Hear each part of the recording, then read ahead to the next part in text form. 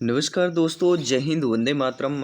मैं आपके साथ जायसवाल सर, आप सभी का स्वागत अभिनंदन है टीटी फैमिली शिक्षकों के परिवार जायसवाल कोचिंग सेंटर पर, पावर्ड बाय शिक्षा ही प्रकाश है।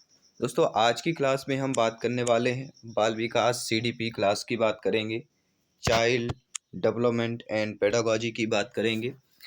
और आज का जो हमारा पहला चैप्टर रहने वाला है बाल विकास की अवधारणा और अधिगम में संबंध। जैसा आप सीडीपी में देखे होंगे, तो हमारा यह सीडीपी की पहली क्लास रहेगी और विथ डिटेल के साथ सारे हम प्रश्न करने वाले हैं। तो सभी लोग इस लाइव क्लास में, डेली हमारी जो लाइव क्लास होगी वह 7 PM में आपकी बाल विकास की लाइव क्लास होगी। तो 7 PM में आपको सभी लोग ज्वाइन हो जाना है लाइव क्लास के माध्यम से। बाकी आपको भी पता है सब्जेक्ट वाइज भी आपकी पेडागोजी आनी है, यानी कि वर्ग 2 में सब्जेक्ट की जो आप 120 क्वेश्चंस रहेगा उसमें भी आपकी 15 से 20 नंबर की पेडागोजी रहेगी, तो वो भी आपका सेशन कंप्लीट करेंगे। तो चलिए सभी लोग तैयार हो जाइए, जिसमें से पहला प्रश्न स्क्रीन पर दिया गया है। तो पहला प्रश्न दोस्तों हमारा आपके स्क्रीन पर क्या दिया गया है, आप लोग यहाँ पे ध्यानपूर्वक पढ़िएगा। विकास की गति एक वृक्ष से दूसरे में भिन्न होती है, किंतु यह एक नमूने का अनुगमन करती है। एड़ी से चोटी, अव्यवस्थित, अप्रत्याशित या क्रमबद्ध और व्यवस्था की बात कर रहे हैं। तो विकास की गति एक वृक्ष से दूसरे में भिन्न होती है, किंतु यह किस नमूने का अनुगमन करती है? तो यह क्रमबद्ध और व्यवस्था नमूने का अनुगमन करती है। डी ऑप्शन यहाँ पे अकॉर्डिंग क्वेश्चन सही हो जाएगा। नो डाउट सभी लोग समझ गए होंगे कि विकास की गति जो है एक व्यक्ति से दूसरे से भिन्न होती है, किंतु यह एक क्रमबद्ध व्यवस्थित नमूने का भी अनुगमन करती है। इसमें डगलस और हॉलैंड का स्टेटमेंट भी है, कथन है कि विभिन्न व्यक्तियों के विकास की गति में विभिन्नता होती है और ये विभिन्नता विकास के संपूर्ण काल में यथावत बनी रहती है। इसके बाद जो है आपकी स्क्रीन पर है दूसरा प्रश्न। दूसरा प्रश्न जो आप लोगों के स्क्रीन पर यह है कि एक बालक की वृद्धि से कौन सा कारक संबंधित नहीं होता है? पोषण, निद्रा, स्वास्थ्य, अधिवास। प्रश्न बहुत ही इंटरेस्टेड प्रश्न पूछा गया है। बालक की वृद्धि से कौन सा कारक संबंधित नहीं है? तो पोषण, निद्रा, स्वास्थ्य ये तीनों बालक के वृद्धि से संबंधित है, लेकिन अधिवास जो है बालक की वृद्धि से आपका संबंधित नहीं है। इसलिए अकॉर्डिंग टू क्वेश्चन हमारा डी ऑप्शन यहाँ पे सही हो जाएगा, क्योंकि अधिवास जो है बालक की आवश्यकता से संबंधित है। मानव जिस स्थान को अपने आश्रय हेतु चुनकर वहाँ जिन मकानों, घरों, झोपड़ियों आदि का निर्माण करता है वह उसका अधिवास कहलाता है। पोषण, स्वास्थ्य, निद्रा, वंशानुक्रम, वातावरण, लिंग तथा बुद्धि ये बालक के वृद्धि से या वृद्धि कारक से आपके संबंधित हो जाते हैं। ठीक है, आई होप सभी लोग समझ गए होंगे। अब आइए बात करते हैं आपके अगले प्रश्न की। शारीरिक अंगों अथवा संपूर्ण जीव की बढ़ोतरी को क्या कहते हैं? समृद्धि, विकास, परिपक्वता या क्रम विकास। तो शारीरिक अंगों तथा संपूर्ण जीव की बढ़ोतरी को क्या कहा जाता है? समृद्धि कहा जाता है। क्या कहा जाता है दोस्तों? समृद्धि की बात करेंगे। समृद्धि का मतलब होता है आमतौर पर मानव के शरीर के विभिन्न अंगों के विकास तथा उन अंगों के कार्य करने की क्षमता का विकास माना जाता है, और व्यक्ति के इन शारीरिक अंगों के विकास के परिणाम स्वरूप उसका व्यवहार किसी न किसी रूप से प्रभावित होता है, और इसी प्रभाव के परिणाम स्वरूप ही उस व्यक्ति के अंगों में परिवर्तन होते हैं। तो आई होप सभी लोग समझ गए होंगे।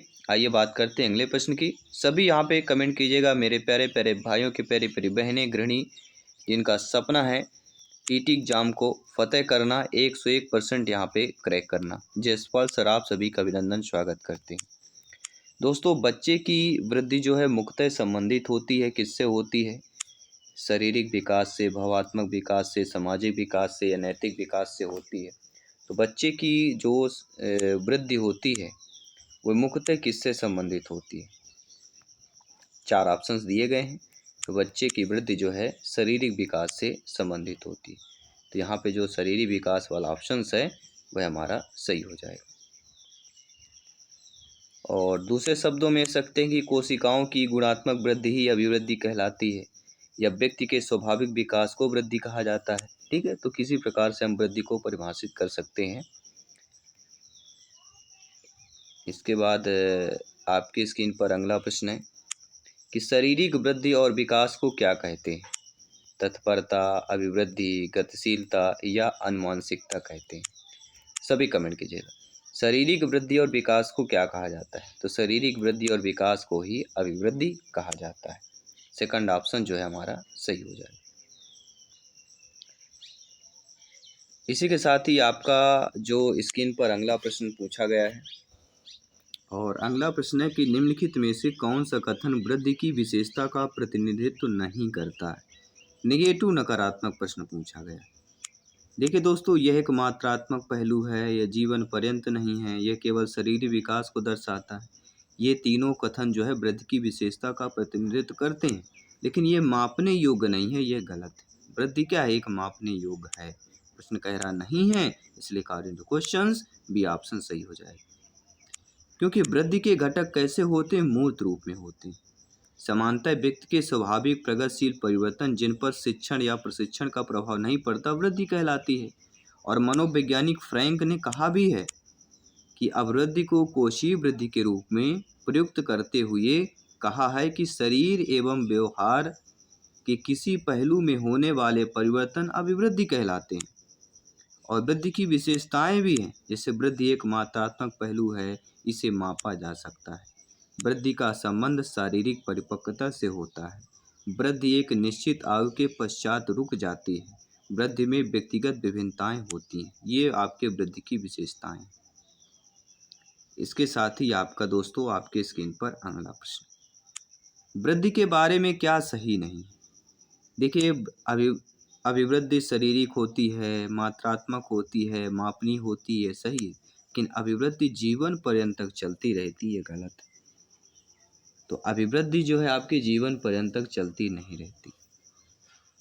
ठीक है, अधिगम चलेगा, हम सीखते रहेंगे, लेकिन अभिवृद्धि नहीं चलेगी। तो डी ऑप्शन यहाँ पे आप लोगों का ऑलरेडी सही हो जाएगा। ठीक है, आई होप सभी लोग समझ गए होंगे। आइए बात करते हैं आपके अगले प्रश्न। अगला प्रश्न, निम्नलिखित में से कौन सा कथन सही नहीं दिया गया है? वृद्धि एवं विकास दो अलग आयाम है। वृद्धि जीवन पर्यंत, यही क्या गलत दिया है? वृद्धि जीवन पर्यंत चलती रहती है। अभी हमने कहा जीवन पर्यंत नहीं चलती है, और ऑप्शंस कह रहा चलती है, तो यही तो आपका वृद्धि के बारे में सही नहीं कथन दिया गया है, इसलिए हमारा ये भी ऑप्शन सही हो जाएगा। ठीक है, चलिए आई होप समझ गए होंगे। आइए बात करते हैं अगले प्रश्न की। बच्चों की वृद्धि और विकास की अवधारणाओं में निम्नलिखित में से कौन सा कथन जो है आपका सही दिया गया है? बच्चों की वृद्धि और विकास की अवधारणाओं में देखा जाए तो कौन सा कथन सही दिया गया है? देखिए, बच्चों के विकास की और अवधारणा की बात करें, 4 ऑप्शंस आपके दिख रहे हैं स्क्रीन पर, ABCD, और नीचे कूट वाला भी दिया गया है कि कौन कितना सही है। ठीक है, तो बच्चों की वृद्धि और विकास की अवधारणा में देखा जाए कि वृद्धि केवल जैविक और भौतिक परिवर्तन को संदर्भित करता है, लेकिन विकास जो है यह मानसिक, सामाजिक और भावनात्मक परिवर्तनों को संदर्भित करता है। वृद्धि स्थिर है, किंतु विकास एक सतत प्रक्रिया है। विकास जीवन पर्यंत चलता रहता है। तो पहला और दूसरा दोनों कथन सही है।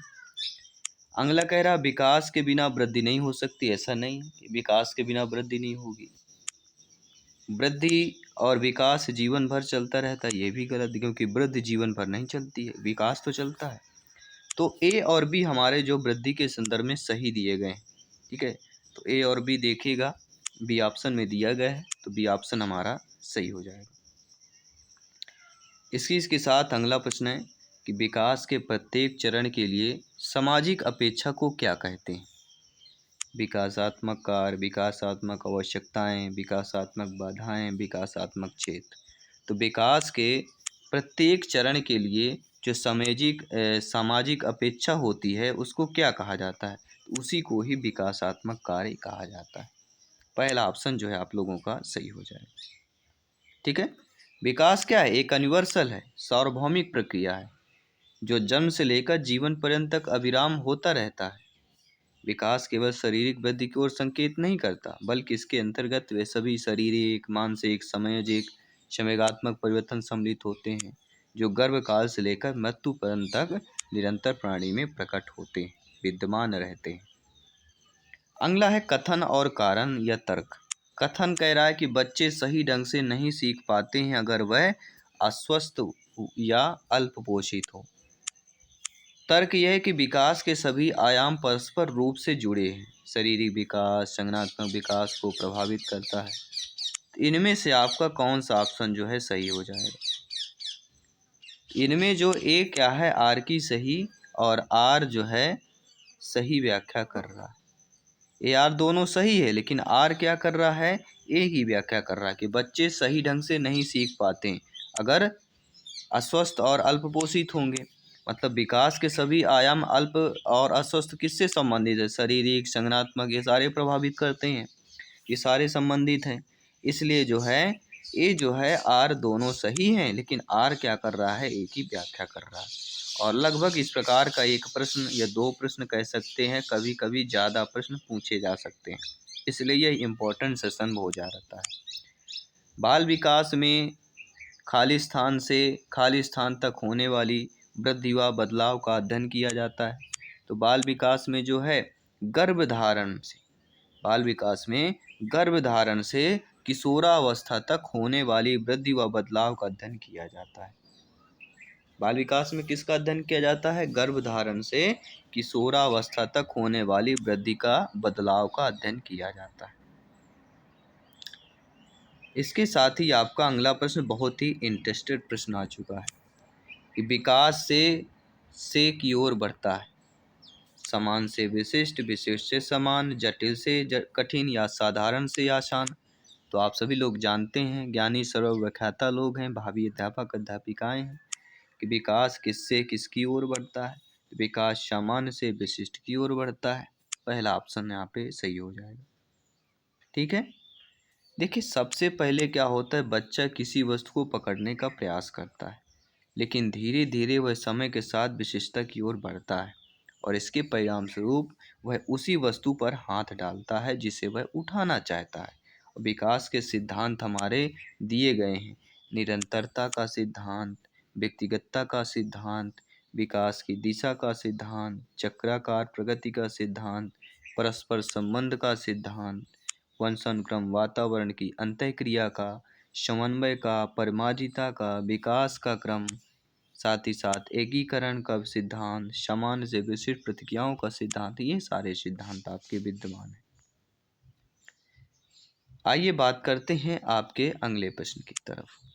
अगला प्रश्न जो है आप लोगों के ऑलरेडी स्क्रीन पर आ चुका है और प्रश्न इंटरेस्टेड है, इसलिए आप लोग भी इंटरेस्टेड हैं। प्रश्न कह रहा है कि निम्नलिखित में से कौन सा कथन असत्य दिया गया? गलत कथन का चयन करना। तो ये समझना जरूरी नहीं कि प्रत्येक बच्चा अद्वितीय है, यह कथन गलत है। यही तो समझना है कि प्रत्येक बच्चा विशिष्ट है, प्रत्येक बच्चा अद्वितीय है। तो पहला ही कथन असत्य दिया गया, तो अकॉर्डिंग टू क्वेश्चन हमारा सही हो गया। अब समय व्यर्थ करने की जरूरत नहीं है, अगले प्रश्न की बात करेंगे, लेकिन पढ़ लेते हैं। बच्चा एक एकीकृत पूर्ण के रूप में विकसित होता है, ये सत्य है। विकास के एक पहलू में किसी समस्या के दूसरे प्रभावित करने की संभावना होती है, ये भी सत्य है।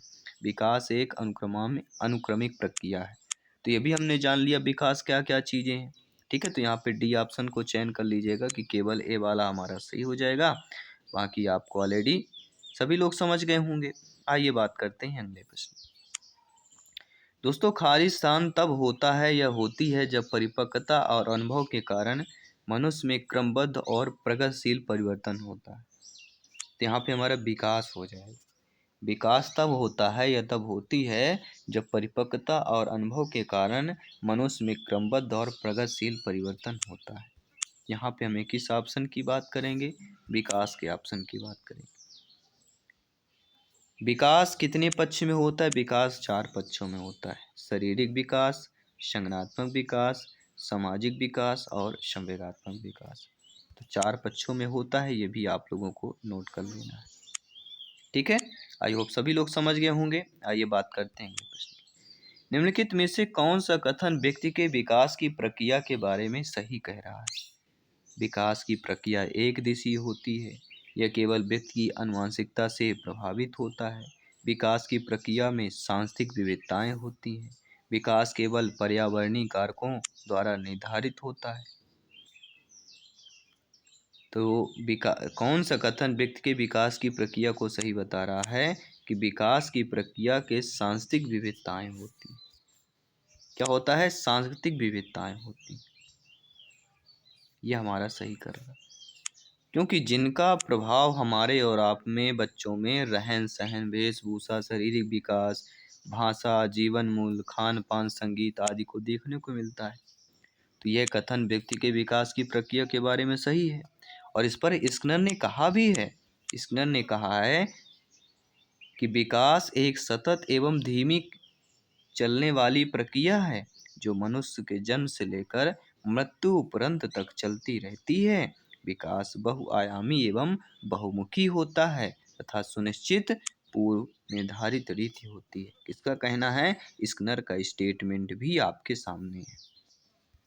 अगला है कि निम्नलिखित वक्तव्यों में कौन सा विकास के विषय में सही नहीं दिया गया है। कि विकास बहुआयामी बहुमुखी होता है, सांस्कृतिक परिवर्तन से विकास प्रभावित नहीं होता, विकास जीवन पर्यंत परिवर्तन की प्रक्रिया है, विकास सुनिश्चित पूर्व निर्धारित रीति से होता है। तो प्रश्न बहुत ही क्लियर हमारा दिया गया है कि निम्नलिखित वक्तव्यों में कौन जो है विकास के विषय में सही नहीं है। तो सांस्कृतिक परिवर्तन में विकास प्रभावित नहीं होता, तो ये गलत है, क्योंकि सांस्कृतिक परिवर्तन से विकास भी प्रभावित होता है। ठीक है, तो अकॉर्डिंग टू क्वेश्चन हमारा बी ऑप्शन सही हो जाएगा। ठीक है, अगला प्रश्न आपका दिया गया है, कथन दिए गया है और तर्क दिया गया है। कथन है कि बच्चों के विकास की प्रगति को दूसरे बच्चों से तुलना करके सही ढंग से, शुद्धता से, सटीकता से मापा जा सकता है। तर्क कह रहा है कि विकास का रूप, अनुक्रम, विकास की गति सभी के लिए सार्वभौमिक रूप से समान होती है। ये भी बात सही कर रहा है। अब यहाँ आपके 4 ऑप्शन दिए रहेंगे जैसे पर क्वेश्चन में दिए जा रहे हैं। ठीक है, तो यहाँ पे आपका देखिए, बच्चों के विकास की प्रगति को दूसरे बच्चों से तुलना करने का सही ढंग ये गलत है, क्योंकि एक व्यक्ति सक्सेस हो रहा है, उसी सक्सेस को दूसरे से तुलना गलत है, क्योंकि सबकी अपनी अपनी, क्योंकि व्यक्तिगत विभिन्नताएं होती हैं, सबसे बड़ा कारण। विकास का रूप व अनुक्रम एवं विकास की गति सभी बच्चों के लिए सार्वभौमिक रूप से समान है। तो सार्वभौमिक रूप से समान है, लेकिन विकास का रूप और अनुक्रम, विकास की गति सभी के लिए समान नहीं होती, क्योंकि सब लोग अलग अलग होते हैं। जब गति समान हो जाएगी तो व्यक्तिगत भिन्नता रहेगा ही नहीं। ठीक है, तो दोनों कथन हमारे असत्य दिए गए हैं, गलत दिए गए हैं। यानी डी ऑप्शन जो कह रहा हमारा कि ए और आर दोनों गलत है, बिल्कुल गलत है।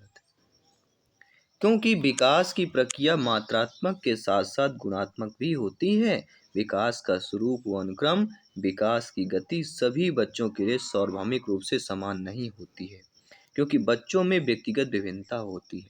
इसलिए भिन्न भिन्न बच्चों के विकास की गति की दिशा भी भिन्न भिन्न होती है। यह कह सकते हैं सरल भाषा में कि प्रत्येक बच्चा अपनी गति एवं अपने ढंग से विभिन्न क्षेत्रों में अपनी वृद्धि का विकास करता है। आई होप सभी समझ गए हैं। बात करेंगे अगले प्रश्न। विकास के परिणाम स्वरूप नवीन विशेषताएं और नवीन योग्यताएं प्रकट होती हैं, यह कथन किसने दिया? मेरेडिथ, गैसेल, हरलाक, डगलस और हॉलैंड ने दिया। तो विकास के परिणाम स्वरूप नवीन विशेषताएं और नवीन योग्यताएं प्रकट होती हैं, यह कथन किसका है? आपके हरलाक महोदय जी का कथन हो जाता है, स्टेटमेंट हो जाता है। तो हरलाक के ऑप्शन को आपको लॉक कर लेना है, सही कर लेना है। तो विकास के परिणाम स्वरूप नवीन विशेषताएं और नवीन योग्यताएं प्रकट होती हैं, यह कथन स्टेटमेंट किसने दिया? हरलाक ने दिया। ठीक है, इसके साथ साथ आपके मेरेडिथ ने भी कुछ कहा है। इन्होंने कहा है कि कुछ लेखक अभिवृद्धि का प्रयोग केवल आकार की वृद्धि के अर्थ में करते हैं और कुछ विकास भेदीकरण, विशिष्टीकरण के अर्थ में। वहीं पे गैसल कर रहे हैं कि मैं क्यों चूक जाऊं भाई, मैं भी कुछ बोलूँगा। और गैसल ने बोला कि विकास केवल एक प्रत्यय या विचार ही नहीं है, इसे देखा, जांचा और किसी सीमा तक 3 विभिन्न दिशाएं शारीरिक अंग विश्लेषण, शरीर ज्ञान तथा व्यवहारिक रूप में मापा जा सकता है। किसने कहा है? आपके गैसेल ने कहा है। और इन सब में व्यवहार ही सबसे अधिक विकासात्मक स्तर तथा विकासात्मक शक्तियों को व्यक्त करने का माध्यम होता है। और इस पर डगलस और हॉलैंड ने भी कहा है कि विभिन्न व्यक्तियों के विकास की गति में भिन्नता होती है और ये विभिन्नता विकास के संपूर्ण काल में यथावत बनी रहती है। तो यथावत बने रहना बिल्कुल डगमगाना नहीं है, यथावत बने रहना है, डगलस का कथन है। और फ्रैंक कहते हैं हम भैया पीछे नहीं हटने वाले, हम जरूर बोलेंगे। फ्रैंक बोलते हैं कि समय के दृष्टि से व्यक्ति में जो परिवर्तन दृष्टिगत होते हैं वही विकास कहलाते हैं। फ्रैंक का क्या? फ्रैंकली बिल्कुल साधारण शब्दों में इन्होंने कहा कि समय की दृष्टि से व्यक्ति में जो परिवर्तन दृष्टिगत होते हैं वे विकास कहलाते हैं। ये किसका कहना? फ्रैंक का कहना है। इसके बाद है आपका अगला प्रश्न, निम्नलिखित में से कौन सा कथन सही दिया गया है? तो सही कथन हमारे सामने दिया कि विकास एक सतत प्रक्रिया है। सिंपल सी बात, हम इतना पढ़ लिया है भैया डिटेल के साथ, तो इतना तो हमसे बनेगा ही बनेगा। तो सी ऑप्शन का यहाँ पे सटीक आंसर मान लेंगे और अगले प्रश्न की तरफ चलेंगे। और अगला प्रश्न भी आपका कह रहा है कि मैं आपके स्क्रीन पर आ चुका हूँ, सभी लोग कमेंट कीजिए। प्रश्न कह रहा है कि विकास शब्द में निहित होता है। तो विकास शब्द में क्या निहित होता है? दोनों संरचनात्मक और प्रक्रियात्मक बदलाव। जी हाँ, विकास शब्द में संरचनात्मक और प्रक्रियात्मक दोनों बदलाव निहित होते हैं। तो सी ऑप्शन को यहाँ पे हम सटीक आंसर मान लेंगे। और इसी के साथ ही हम बात करेंगे आपके अगले प्रश्न, स्क्रीन के साथ आपके आ चुका है। और अगला प्रश्न बहुत ही प्यारा है और इस प्यारे से प्रश्न का फीडबैक भी प्यारा होना चाहिए। विकास के विषय में सही वक्तव्य को चुनना है। तो विकास के विषय में सही वक्तव्य है कि विकास क्या है? परिवर्तनीय है। सिंपल शब्दों में यहाँ पे वक्तव्य व्यक्त की कर दिया गया कि विकास क्या है? परिवर्तनीय। ठीक है, कोई भी डाउट हो बेफिक्र कमेंट कर सकते हैं। जयसवाल सर आप सभी का अभिनंदन, स्वागत कर रहे हैं। विकासात्मक परिवर्तन क्या होता है दोस्तों? तो विकासात्मक परिवर्तन वंशानुगत कारकों और पर्यावरणीय प्रभावों की परस्पर क्रिया होती है। विकासात्मक परिवर्तन क्या होता है? वंशानुगत कारकों और पर्यावरणीय प्रभावों की परस्पर क्रिया होती है। डी ऑप्शन के यहाँ पे हम सही कर लेंगे। ठीक है, क्योंकि केवल वंशानुक्रम अथवा केवल वातावरण के कारक बालक के विकास की दिशा गति को निर्धारित नहीं करते हैं। इन दोनों की अंतःक्रिया के द्वारा विकास की दिशा व गति का नियंत्रण होता है। और जन्म से संबंधित विकास को वंशानुक्रम तथा समाज से संबंधित विकास को वातावरण कहते हैं। ये ध्यान दीजिएगा, जन्म से संबंधित विकास को वंशानुक्रम कहा जाता है और समाज से संबंधित विकास को वातावरण। वातावरण मतलब हमारे चारों तरफ का आवरण। ठीक है, आई होप समझ गए होंगे। आइए बात करते हैं अगले प्रश्न। अगला प्रश्न, विकास में वृद्धि से तात्पर्य क्या होता है? बहुत ही सिंपल सरल शब्दों में पूछा गया है। विकास में वृद्धि से तात्पर्य होता है आकार, सोच और समझ कौशलों में वृद्धि। विकास मतलब कहते हैं किसी व्यक्ति का विकास हो रहा है, तो व्यक्ति का आकार में भी वृद्धि हो रहा है, विकास सोच में भी और समझ कौशल, जब इन सभी में वृद्धि होता है तब कहते हैं विकास में वृद्धि हो रहा है। ठीक है, तो समझ गए होंगे आई होप। चलिए बात करेंगे अगले प्रश्न की। इसमें फ्रैंक ने एक स्टेटमेंट भी दिया है कि अभिवृद्धि से तात्पर्य कोशिकाओं में होने वाली वृद्धि से होता है। प्रश्न आ गया, ये किसका स्टेटमेंट है कि कोशिकाओं में होने वाली वृद्धि का तात्पर्य अभिवृद्धि होता है? फ्रैंक का कहना है। जैसे लंबाई और भार में वृद्धि, जबकि विकास का तात्पर्य प्राणी में होने वाले संपूर्ण परिवर्तन से होता है, जिसकी हम ऑलरेडी बात भी कर चुके हैं। अगला है, निम्नलिखित में से कौन सा विकास के व्यापक आयामों की सही पहचान करता है? विकास के व्यापक आयामों की सही पहचान कर रहा है शारीरिक, संज्ञानात्मक, सामाजिक और संवेगात्मक। डी ऑप्शन की हम बात कर रहे हैं। तो आई होप समझ गए होंगे। देखिए यहाँ पे कई सारे आपके, ठीक है, कंक्लूजन बात करेंगे। कई सारे समस्याएं आती हैं और वो समस्याएं की बिल्कुल निराकरण होगा यहाँ पे। देखिए, विकास की विभिन्न अवस्थाओं में बालक बालिकाओं के व्यवहार विभिन्न प्रकार के अनेकानेक परिवर्तन होते हैं। तो बालक जो है बालिकाओं के व्यवहार में होने वाली परिवर्तनों के आधार पर विकास को इन आयामों में विभक्त किया गया है। शारीरिक आयाम, मानसिक, सामाजिक और नैतिक। ये ध्यान दीजिएगा, ठीक है। ये भी इम्पोर्टेंट है, ये भी पूछे जा सकते हैं, इसलिए एक एक प्रश्न, एक एक टॉपिक, आपका एक एक पल इम्पोर्टेंट है। विकास के संदर्भ में कौन सा नहीं दिया गया है? देखिए, विकास की प्रत्येक अवस्था में अपने खतरे होते हैं। विकास सांस्कृतिक परिवर्तनों से प्रभावित होता है। विकास की प्रत्येक अवस्था की अपनी विशेषताएं होती है, लेकिन विकास उकसाने या बढ़ावा देने से होता है, यह गलत है। किसी को हम उकसावा दे दें कि जाओ बिल्कुल तुम इस नदी को पार कर जाओ, इस नदी में कूद जाओ, तो उकसाने से विकास नहीं होगा।